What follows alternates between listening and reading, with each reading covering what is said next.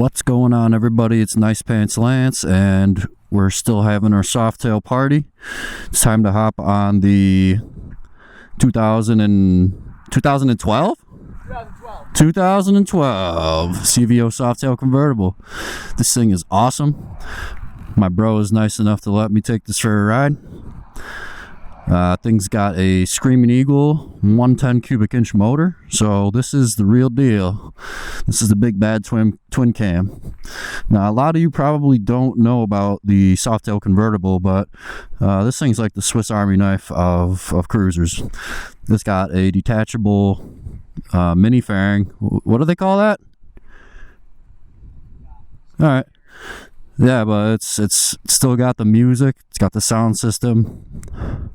This thing's ride-by-wire throttle. I think it weighs a little north of 700 pounds. But yeah, this thing is awesome. It's decked out with a few extra Screaming Eagle parts, and it's got super loud pipes on it, Vance and Hines, I believe. So yeah, let's take this thing for a ride. Now, in my last video, I took the 2013 Softail Slim out, and already I can tell this has a little more heft to it. Just swinging a leg over this thing, the weight is really down low, but it's definitely got more heft to it. Got our sit cup holder. Now, what's nice about this is it's keyless entry, so you just keep the key in your pocket, and it's got an alarm system, and basically you just need to have it in your pocket for it to start. Oh my goodness. Oh jeez. Okay, yeah, this thing rumbles like mad compared to the 103. Like, you can just tell this thing's got something mean under the hood. Whew. Ride-by-wire throttle, so that's sort of like what my Speed Twin has. It's got a heel-toe shifter, but I probably won't be using too much of the heel shifter. So, just like the Softail Slim, it's got most of its information here in the center. Looks like a few extra things. It's got what appears to be a little LCD display in the center with some of your readouts. This thing is definitely badass. It's actually got a custom vehicle operations symbol right here. I think that is pretty damn cool.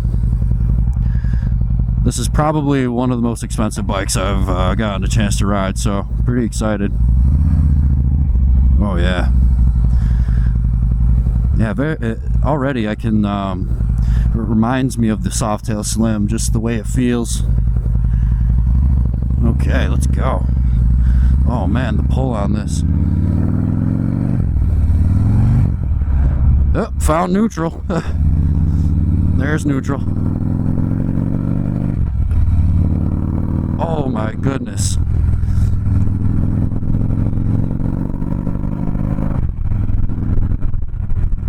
Wow, okay, already I can tell there is a massive power difference with this bike.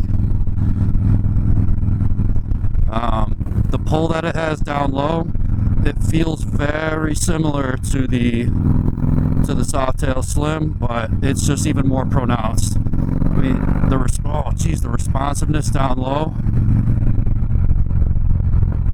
Whew, I didn't even realize how fast I was going. That's better.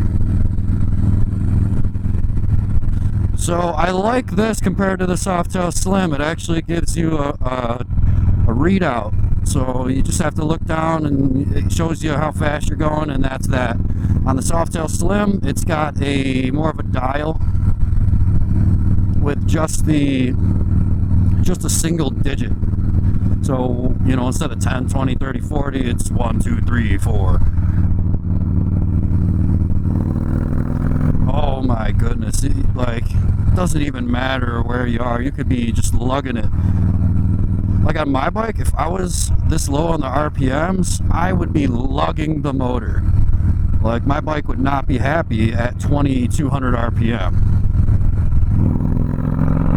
Oh my goodness, this thing feels like it's wants to party at 2200 RPM.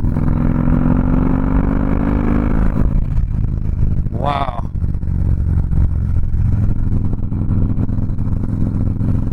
Now, this thing's got a windshield on it, and it's not blocking all the wind. Like, it doesn't create like a negative space, but it still blocks a little bit of the turbulence you get. Oh man. Alright, let's see if I can get like a little 0 to 60 out of this thing without killing myself.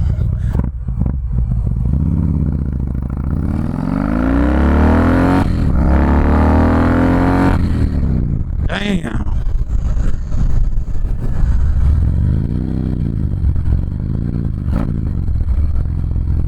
Damn, that was wild. Okay. This thing's got some power. Woo.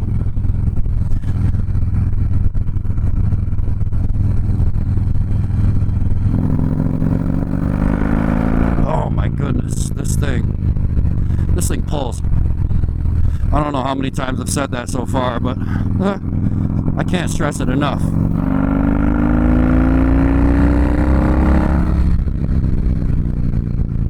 Like, this is no slouch. This is a ton of fun. You do not need to wring this bike out to access all its power. I mean, it just could be in whatever gear you want. It just... No, this is awesome. This bike would be way out of my price range.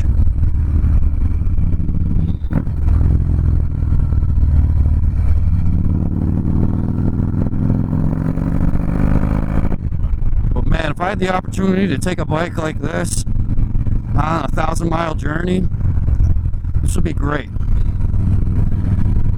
I will say I am more of a fan of the Softail Slim ergonomics, mainly because of the handlebars. Don't get me wrong, these are nice handlebars. I dig the chrome, but they are like mini apes, and I'm just not I'm not an ape hanger kind of guy. I don't really appreciate having my arms up like that. It really puts a lot of weight on my tailbone. Nothing too crazy right now, but okay, alright. The brakes aren't so bad. They're a little better than the Softail Slim, but kind of on par with what I felt. I could use a little more braking pressure.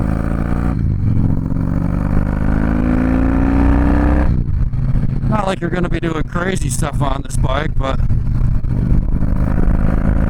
like, it's beyond adequate braking pressure. You don't need much more than that, realistically. But I like to know that I have way more brake than I want to use. The way I look at it is, it's better to have and not need than to need and not have. And there have been plenty of opportunities for me to use those. Things jumping out in the road, people pulling out in front of you. Oh, I love the way this sounds and the way it responds lower in the RPMs. Like, it just wants to live between 2 and 3. It just wants to live.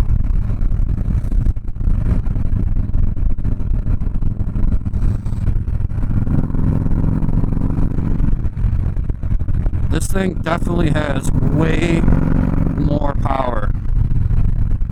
Way more power than the 103 cubic inch motor. I mean, this thing just pulls so hard, lowering the RPMs. I couldn't even really give it all it had back there. It's really powerful. This thing could definitely lift the front end if you asked it to.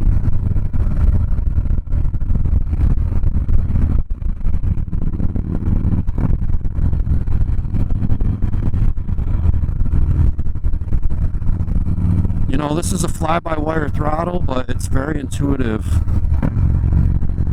very easy to flip the throttle and downshift.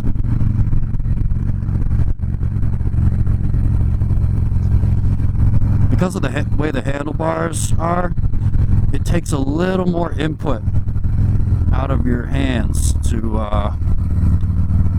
little more input through your hands to make this thing turn, but it's very nimble. I mean, this thing, you can make this thing dance for sure if you had to.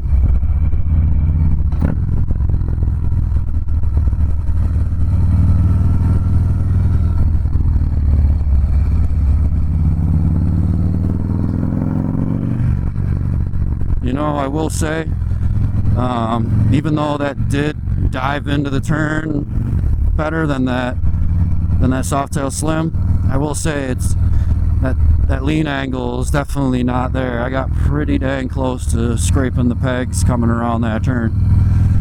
Not that that's a problem. This is a cruising motorcycle, you know. It's a Harley Davidson. It's something torquey and mean. Something you can eat up miles with.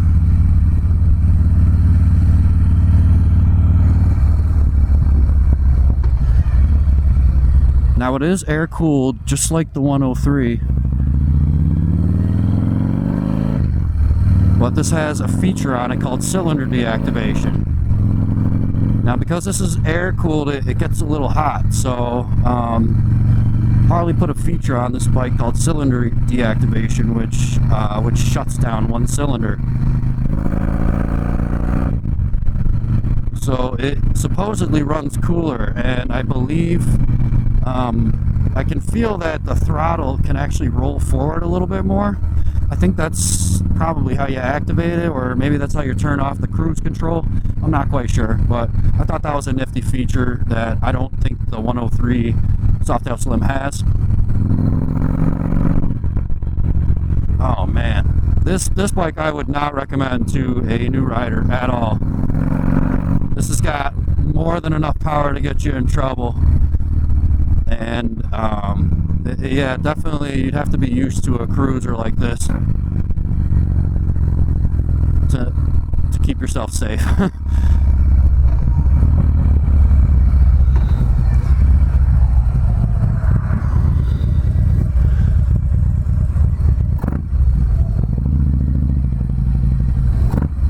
Damn. Yeah, this bike is the tits.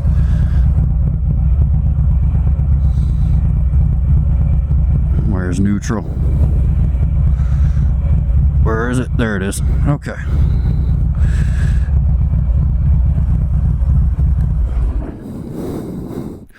Wow.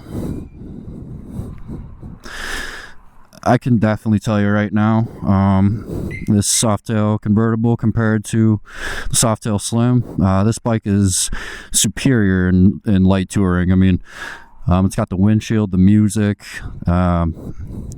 it's got the cruise control and the cylinder deactivation. It's got the power. It's got adequate braking. Definitely not as much as I'm used to, but this thing's the ultimate touring machine. It's got locking hard bags with that's paint matched in a special paint. Looks beautiful. Love the chrome on it. I would definitely take this out on like a 1,000-mile journey. I totally would. So yeah, if you dig this motorcycle or you like the video, please throw a like on there. If you want to see more, please subscribe. Later.